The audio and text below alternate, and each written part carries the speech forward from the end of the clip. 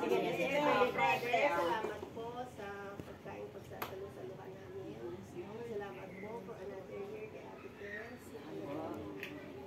Mas lalo siya nang dedicated sa kanilang para sa seniors. Mas lalo siya nagtanaw sa kanilang spiritual life. Please give her a big health.